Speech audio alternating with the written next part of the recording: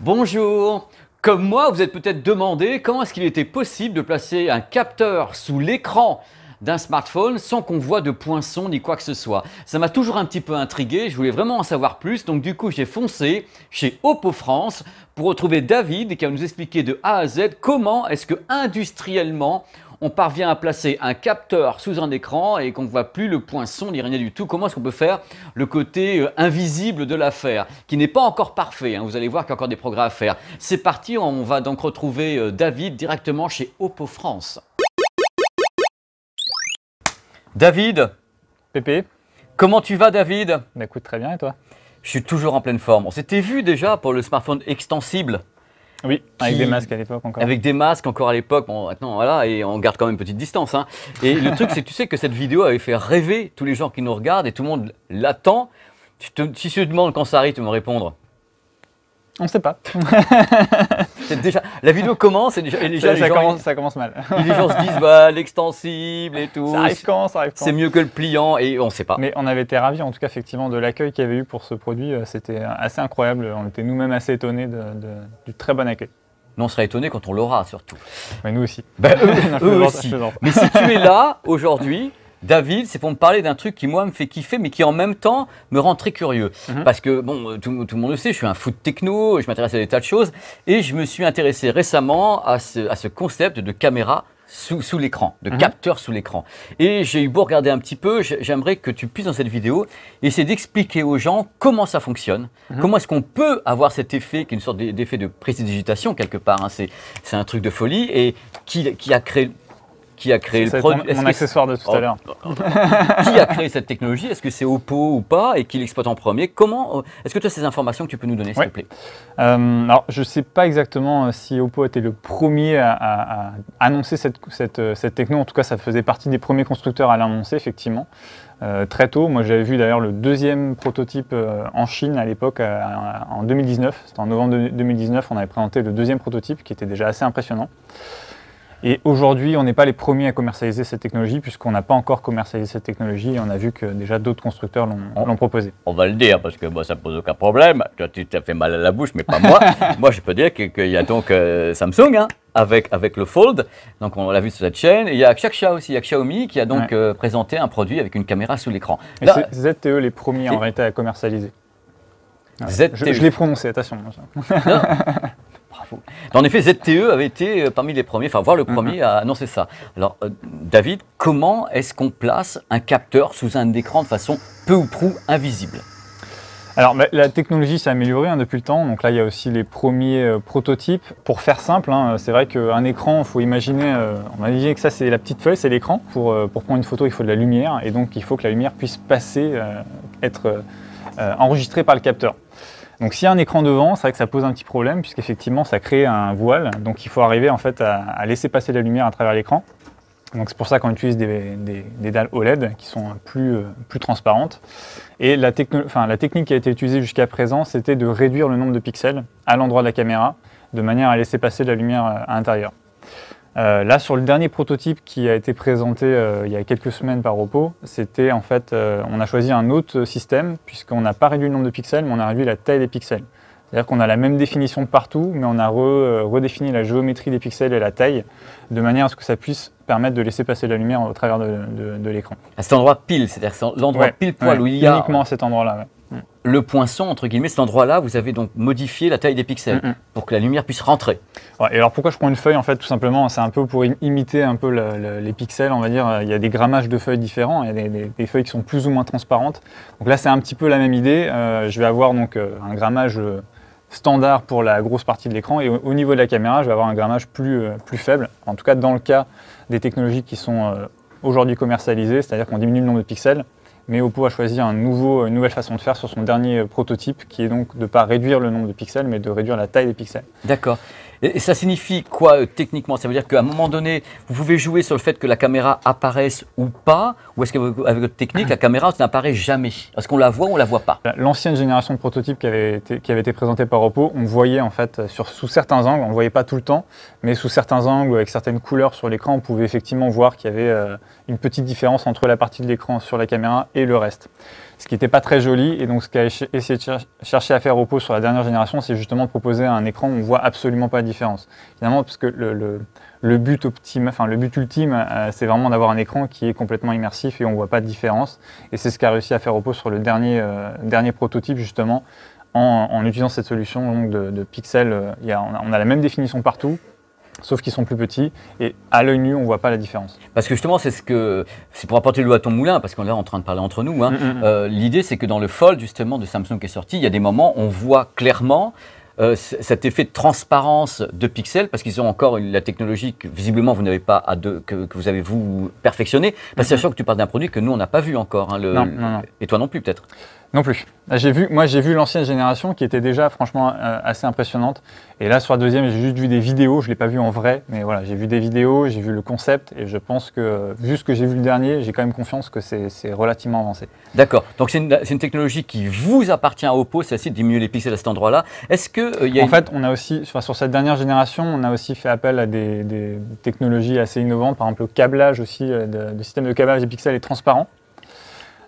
Et transparence qui permet aussi de réduire la taille des câbles. On a aussi adopté des algorithmes particuliers qui sont propriétaires pour justement assurer qu'en fait la partie de l'écran qui est sur la caméra et la partie qui est le reste de l'écran, ça soit exactement la même luminosité, les mêmes couleurs, etc. pour pas qu'il y ait de différence, avoir une expérience d'écran qui soit vraiment bonne et en même temps qui permette d'avoir de la lumière quand on veut faire des photos avec son capteur.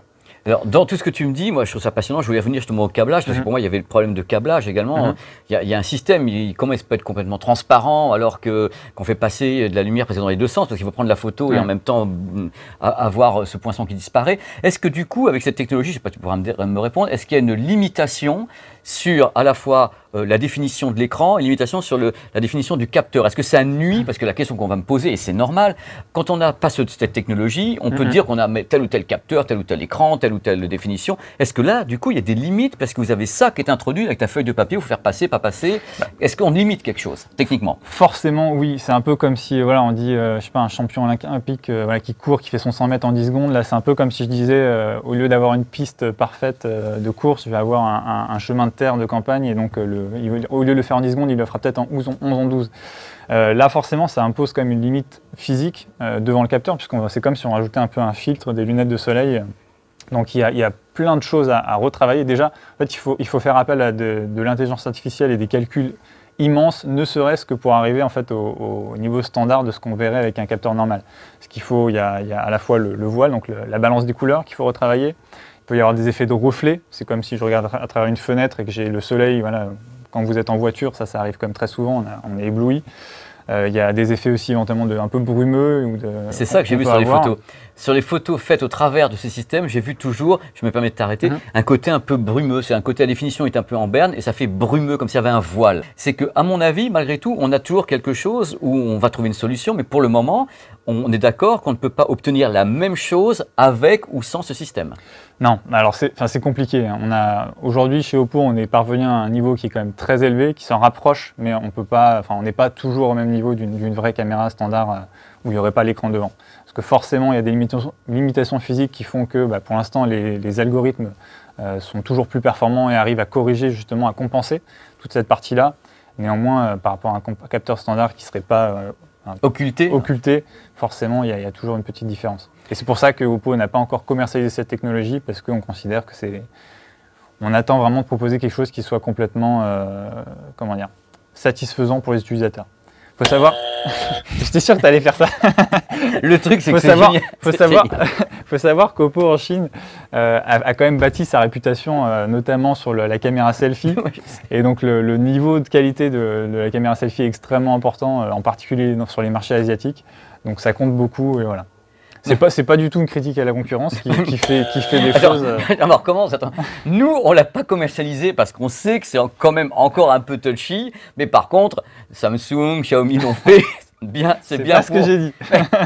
Je sais que c'est pas ce que tu as dit, mais moi je l'ai entendu. Je dis mais c'est génial parce que c'est une conversation absolument fabuleuse. C'était pas votre question, mais c'était ma réponse. C'est ma réponse. Mais tu vois, non mais je te comprends. Attends, mais je sais très bien quelles sont les coulisses industrielles. C'est vrai quand tu vois ça, tu te dis même quand tu m'en parles, on sent très bien qu'il y a des choses encore à peaufiner, si ce n'est qu'en effet le câblage, le côté la lumière en plein soleil, comment ça se passe et autres.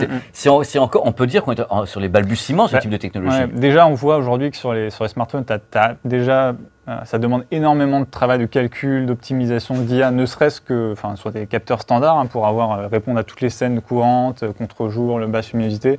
Là, en plus, on rajoute finalement une difficulté technique en plus où il faut utiliser encore des calculs pour corriger cette difficulté technique. Donc forcément, ça demandera un peu plus de temps à être complètement optimal et peaufiné. Et puis peut-être qu'il y aura aussi des nouvelles techno aussi matérielles ou des nouveaux écrans, etc., qui permettront d'améliorer tout ça, évidemment. Bah, le truc, c'est que déjà, il faut que les gens sachent, c'est qu'on ne peut pas placer le même type de caméra à cet endroit-là que celle qui est de l'autre côté. C'est pour ça que les caméras de l'autre côté, elles sont proéminentes puisqu'elles sont différentes. Donc déjà, on a ce problème de capteur qui est différent. Il faut essayer de l'améliorer par des algos et une IA derrière pour essayer de compenser les contre-jour parce que les premiers capteurs qu'on avait eus comme ça en selfie cam, ils étaient assez terribles. Ils étaient des trucs à 5, 6, 10 mégapixels et qui réagissaient mal à tout. Donc il faut régler ces problèmes, plus dans le cas présent, le rendre invisible. Mais moi, ma question que j'ai envie de poser et qui pourrait être à toi ou n'importe quel intervenant de l'industrie, est-ce que le public était réellement, parfaitement demandeur est-ce que l'on masque cette petite portion qui est devenue minuscule, ce petit poinçon, est-ce que le public le voulait vraiment? Et quand on leur dit, ok, vous masquez, mais vous perdez des caractéristiques, et si on leur donne le choix, ils ne diraient pas, après tout, le poinçon, c'est pas si mal. Tu vois, le truc, qu'est-ce que vous avez finalement, fait? le retour à l'écran, au plein écran, c'est un peu le retour aux anciens smartphones, finalement, puisqu'avant, on avait des smartphones avec des grosses bordures sur le haut et le bas, mais au moins, on avait un écran qui n'était jamais coupé. Alors que c'est vrai que maintenant, on a soit des encoches, soit des poinçons, etc. Donc finalement, la caméra sous l'écran, c'est un peu le retour à la normale avec un écran qui, par contre, a plus vraiment de bordure, qui est complètement immersif. Donc c'est quand même, je pense que c'est quand même un avantage. Après, effectivement, si on doit se dire que je perds un peu en qualité de selfie, même si je récupère tout mon écran, est-ce que finalement, quel est l'équilibre, quel est le choix des utilisateurs? Ça, c'est une bonne question. Tu pourras demander peut-être dans les commentaires d'ailleurs. Est-ce que vous préféreriez avoir une expérience complètement immersive au niveau de l'écran et perdre un petit peu en qualité selfie, ou est-ce que vous préférez avoir une bonne qualité selfie mais avoir un petit poinçon sur l'écran? Surtout qu'il est de plus en plus élégant. C'est-à-dire que c'est tout petit maintenant, c'est vrai que ils arrivent à faire, l'industrie. Alors justement, toi qui est au fait de tout ça, t'imagines, en sachant que tu travailles beaucoup avec les gens chez Oppo, dans combien de temps, alors la question, bonjour l'ambiance, mec déjà, t'as le droit, dans combien de temps, c'est pour toi, c'est gratuit. C'est ma seule fois. Je le ferai encore. Dans combien de temps tu penses que ce type de techno pourra être abouti, dans le sens où déjà la dissimulation, et on conservera la plupart des qualités de la caméra selfie? Difficile de dire. C'est un risque personnel que je prends en disant ça, mais je pense que d'ici 1 à 2 ans, à mon avis, on aura des choses qui seront intéressantes. C'est court.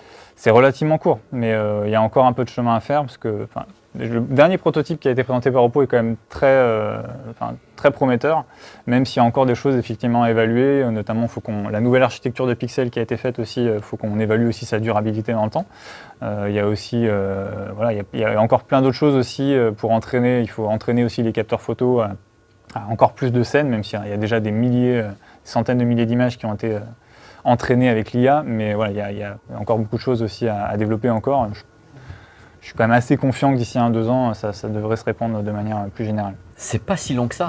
C'est pas si long que ça. Moi, j'ai envie pendant que tu es là, est-ce que vous avez justement des projets? On a parlé d'extensibles. Tu sais que les pliants, Samsung vient de relancer une salve de pliants, les 3. Est-ce que, sans parler d'extensibles, est-ce que Oppo pense à du pliant? Est-ce que vous avez ça en stock, ou est-ce que tu n'en as pas du tout entendu parler et que vous, ça sera extensible dans 3 ans?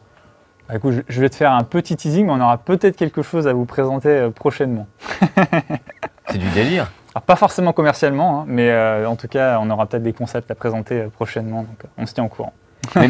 mais attends, mais tu dis ça, tu sais qu'ils vont devenir fous là. Je me doute, mais je sais que c'est pour dans pas trop longtemps, donc je me permets de le dire.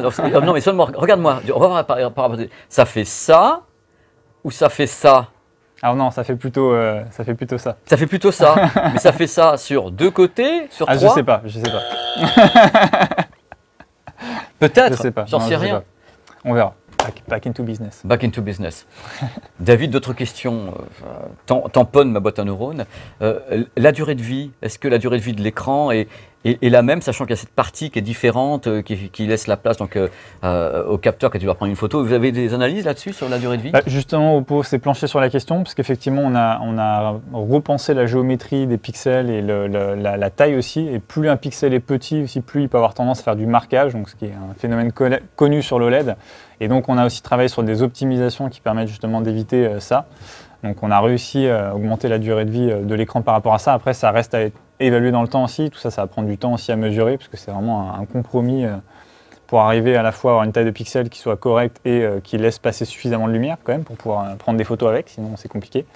Donc oui, il y a tout un tas de critères encore à évaluer sur la durée pour vraiment que ce soit commercialement acceptable. Acceptable. Alors le truc, c'est que les gens peuvent se poser la question parce que du coup, on voit pas vraiment la caméra, on sait pas où elle est. Est-ce que les gens peuvent penser qu'ils, je sais pas, je me fais l'avocat encore du diable, est-ce qu'ils peuvent être... 1984. Voilà, 1984. Est-ce qu'ils peuvent se sentir espionnés par une caméra qu'ils ne voient pas ou un truc? Comment ça se passe par rapport à ça? J'ai envie de dire, effectivement, la réponse logique, c'est pas plus qu'avec un poinçon finalement, puisqu'on ne sait pas quand la caméra est allumée. Au contraire, ça peut même, si l'écran est allumé, on peut même se dire que c'est une sécurité supplémentaire, parce que si l'écran est allumé, la caméra ne verra rien du tout, donc ou très mal. Donc il y a quand même peu de chance. Après, voilà, les caméras sous l'écran ou en poinçon ou en encoche, peu importe, ont les mêmes standards de sécurité, les mêmes. Enfin, il n'y aura pas de différence en soi. C'est juste le placement. Voilà, tu peux me dire évidemment la personne ne sait pas qu'il y a une caméra, mais enfin quand on achète un téléphone, on sait quand même a priori que il y a une caméra. Voilà. Il faut vous dire que si l'écran est allumé, c'est un peu comme si vous aviez, vous mettiez une ampoule à 5 cm de l'œil, on ne voit pas ta feuille. Voilà, c'est la feuille. Voilà, l'écran est allumé. Bonjour David. C'est pour ça que l'écran, la partie de l'écran s'éteint quand on prend une photo pour pouvoir laisser passer la lumière et prendre des images. Le capteur d'empreinte sous l'écran, c'est un peu le même principe, sauf qu'on n'a pas besoin d'avoir un même, comment dire, la même définition. C'est pas, là, on ne cherche pas à faire des belles photos, on cherche vraiment juste à avoir une empreinte qui soit correcte et qui soit précise. Mais voilà, c'est le même principe. Merci pour toutes ces explications, c'est vraiment génial. Merci. Et j'espère pouvoir avoir un produit, donc dans 1 an, 2 ans, finalisé par Oppo, qui serait mieux que les autres qui sont déjà sortis, qui ne sont pas par Oppo. C'est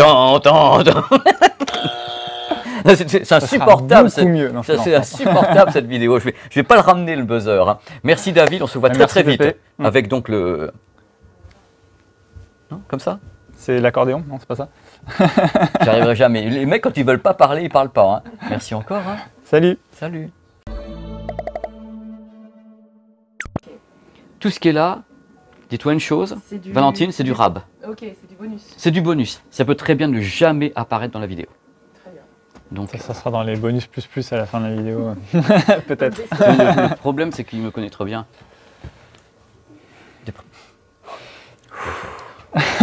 Les coulisses, on ne se rend pas compte de la pression que je peux mettre à des intervenants aussi sympathiques que David ici, qui ne savent absolument pas à quelle sauce ils vont être mangés. C'est ça. On ne sait pas quelle va être la question.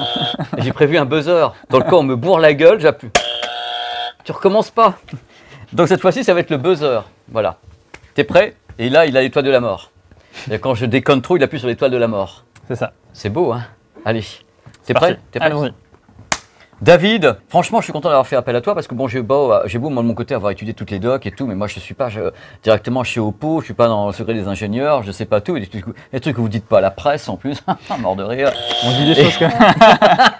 Tu peux appuyer derrière, dis-moi que c'est faux quoi. C'est faux. On dit des choses, je t'ai même fait un teasing exclusif. Oui, il y a eu un teasing exclusif d'un truc à venir chez Oppo et j'espère que tu nous en parleras très vite. Merci pour toutes ces explications, j'espère merci avoir... d'être venu. Hein. Bonjour l'Australie. C'est un tournage pour TF1, c'est important. Les grandes chaînes nationales, télévision française. Le JT Le JT. de 20h. Quand tu te sens prêt, je vérifie bien que tout est connecté, que le réseau Wi-Fi est fait. Tu sais maintenant que tu vas pouvoir te reconvertir. Exactement. Écoute Pépé, si tu as besoin d'ingénierie, pense à moi.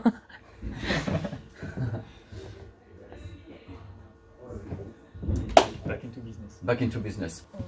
Alors là, c'est comme si on avait commencé. Hein. Oh putain, c'est vrai qu'il vaut mieux que je sois comme ça. Hein.